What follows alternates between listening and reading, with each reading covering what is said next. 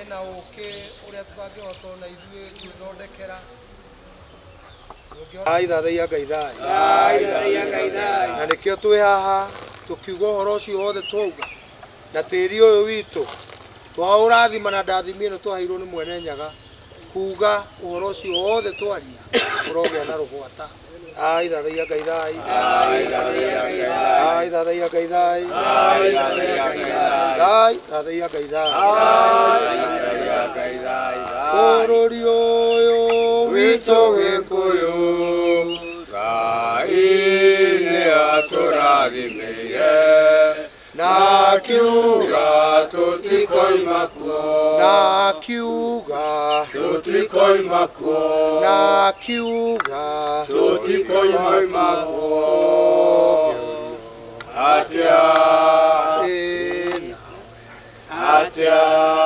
kana ure Mũgĩkũyũ njoya moko merĩ na igũrũ njuge niĩ ndĩ Mũgĩkũyũ.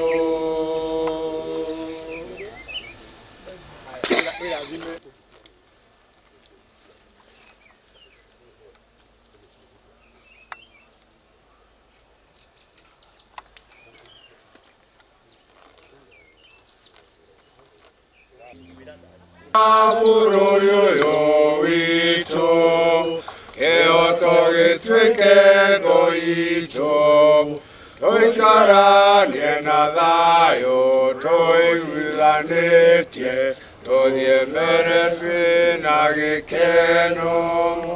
Ũkĩrai andũ othe tũrute wĩra na kĩyo wake bũrũri ũyũ wa Kenya, tondũ nĩtwendete tũmenyerere twake bũrũri witũ. Ũguo nĩtwagĩrĩirwo gwĩka, Kenya itwĩheo gĩtĩo, tũnyitane imoko ũrũmwe wĩra-inĩ, tũcokagie ngatho hĩndĩ ciothe. Tigetĩkĩre gũita thakame ĩtarĩ kĩene, tigateo twaita haya. Nanyi, naitwa Nyamu wa Njoka. Mimi ni Mungare wa Bari ya Kaguiku. Rika ni Maina. Nimezaliwa kwa nyumba ya mama wa Kiuru. Leo hii sisi kama watu wa Dudu ya Agogoni tumekuja katika kikao hiki kwanza sababu ya maombi. Tukiomba kwa sababu ya jamii ya Wakikuyu, tukiomba kwa sababu ya nchi hii ya Kenya. Sababu tungetaka hii nchi ya Kenya na katika jamii ya Wakikuyu tuwe na amani. Kwa hivyo tumekuja kuomba sababu ya amani. Ningetaka kutoa ombi kwa wale wote ambao wako kwa uongozi wa jamii hii ya Wakikuyu, na wasihi na waomba msije mkakubali kugawanywa na wale watu ambao wanajipenda na wanapenda mambo yao. Tuwakumbushe ya kwamba wako katika kwa uongozi kwa muda mfupi, na wakati wao ukifika wataondoka. Lakini jamii ya Wakikuyu itaendelea na nchi ya Kenya itaendelea. Na ikiendelea, tungetaka nchi ya Kenya na jamii ya Wakikuyu tukae na amani. Kila mtu, sisi zote kama ndugu. Sisi hatuna askari ambaye atawashika. Sisi hatuna nguvu ya kuwashika. Lakini maneno ambayo inahusu jamii ya Wakikuyu tunamwambia Mungu. Na tukimwambia Mungu, tunamwachia afanye lile anaona linafaa. Hatuwezi kumwamuru, lakini tunaweza kumuomba. Na wakati mwingi ambayo tumemuomba, tumeona akitimiza yale ambayo tumemuomba.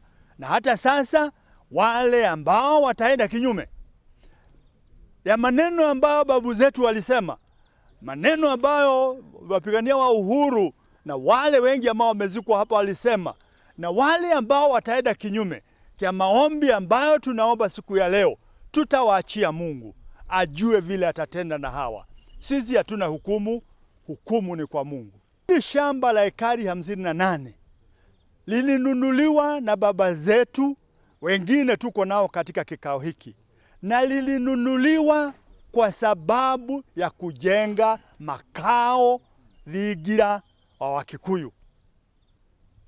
Lilinunuliwa ndio lihifadhi historia ya Wakikuyu. Wale ambao wameweka hiyo mabati hawana sababu ya kufanya hata Thingira. Nimesikia mtu akisema ati serikali itatusaidia kujenga Thingira. Kazi ya kujenga Thingira ni ya wenyewe. Hakuna kabila lingine serikali imeenda kujenga Thingira. Kwa nini wanataka kutujengea?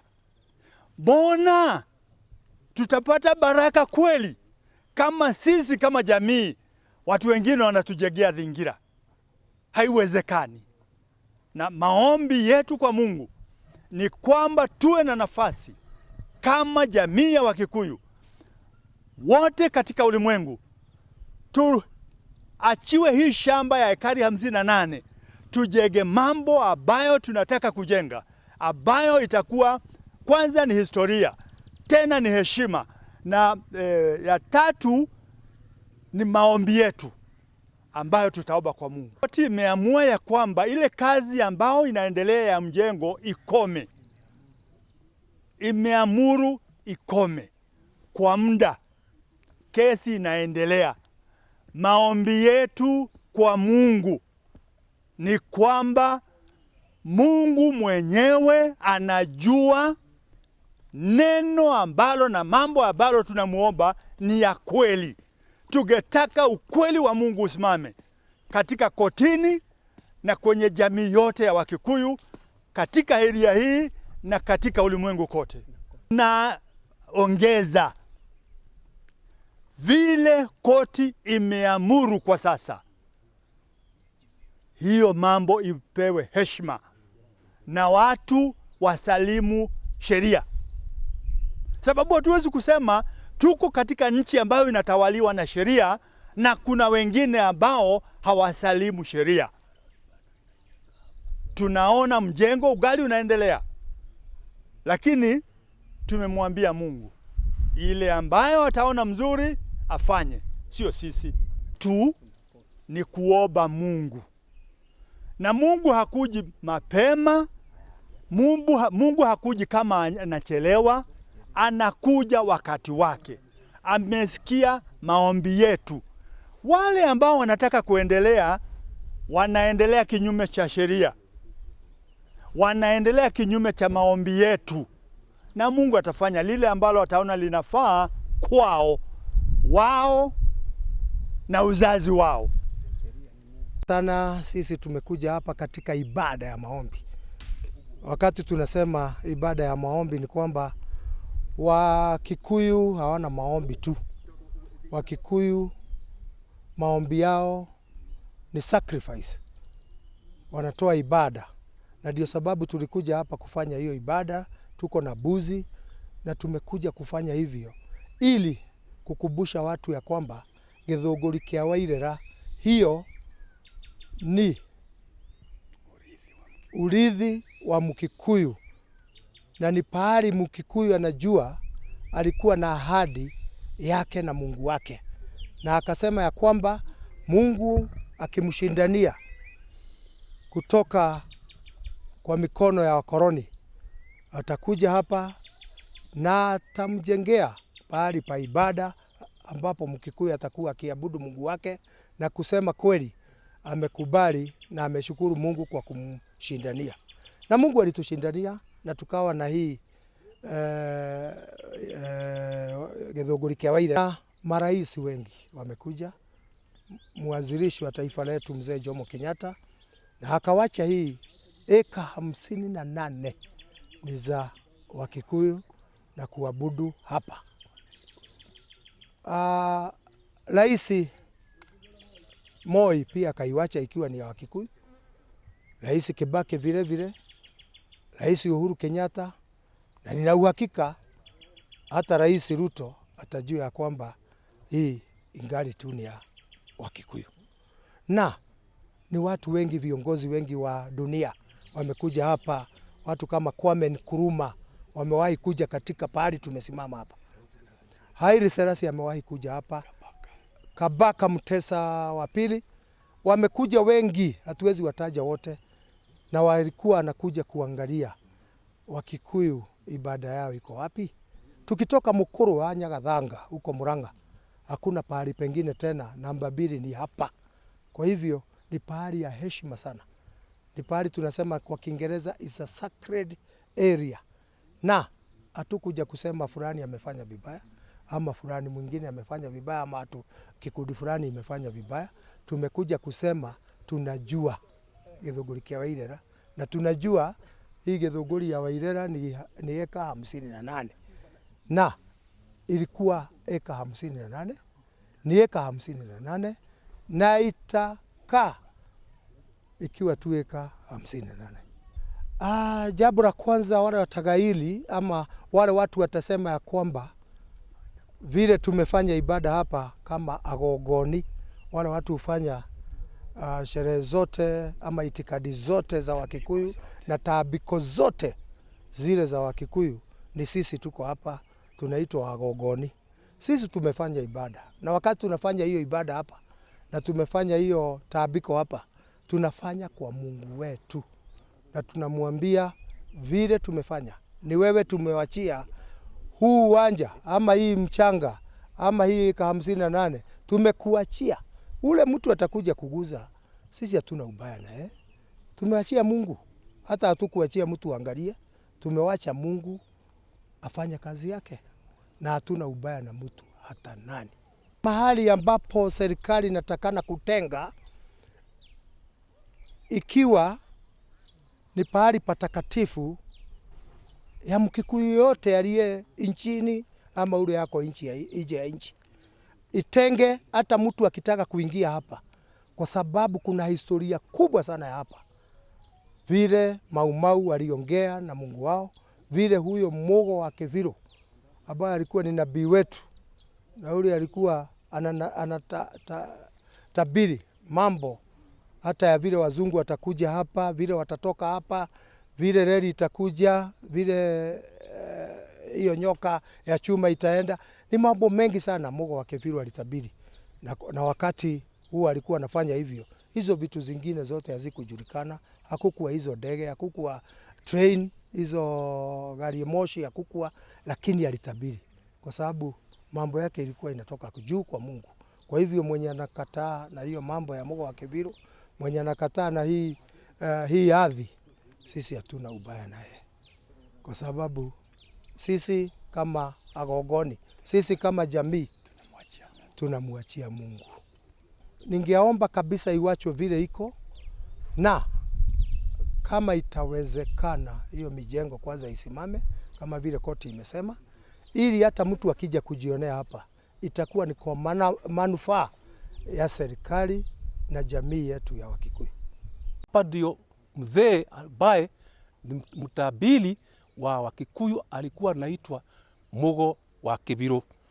Hapa tulipo ndio alisema, alitoa utabiri wake wa kwanza, na akasema kutakuja watu weupe, wametokezea upande jua inatoka na wamepitia kwa maji mengi, na wengine watatoka huku pande ya jua bali natua, ambaye watakuja wachukue na watupokonye mashamba yetu, na watatufanya sisi slaves, watumishi, watumwa kwa muda mrefu. Lakini kutatokea lika moja ambaye litakataana na utumwa, na vita itatokea na damu nyingi itamwagika. Alisema baada ya damu kumwagika, wale ile lika itawavamia wale Waingereza na watashindwa na watarudi kwao. Wakirudi kwao, watarudi wakiwa ndani ya ndege ndege ni kunguru. Kunguru. Wakati ule kulikuwa hakuna aeroplanes, ndege hizi zinabeba watu, lakini yule mzee aliona wakirudi kwao watakuwa wanarudi kwa ndege ambaye ako hai. Kwa hivyo hiyo ni utabiri ambaye sisi tunakubuka hii mchanga ambayo tumesimama hapa, na tunaomba amani, serikali ikubali na hii mambo ya Wagongoni, kwa sababu sisi tunaongeanga na Mungu na anatujibu kwa matendo. Ninawaitia maombi ya Wakikuyu wote, na pia hata wale watu wanapenda Wakikuyu, kwa sababu tuko na Gikuyu, Embu na Meru. Kujeni hapa tarehe 10 mwezi huu wa 4, tuwe hapa asubuhi mapema, na tunataka tuwe hapa sisi wote, Wakikuyu wote, wale wako ng'ambo, wale wako hapa nchini. Hata tukifika watu milioni 7, tunataka tuwe watu wengi, ili tuombe Mungu aweze kuhifadhi hii shamba letu ekari 58. Ni maombi tu, wewe tukuja tu tukiomba, tutakuwa tumemaliza. Labda masaa ya mchana tutakuwa tumerudi manyumbani, lakini ni kuomba tu, hatuna mambo ingine.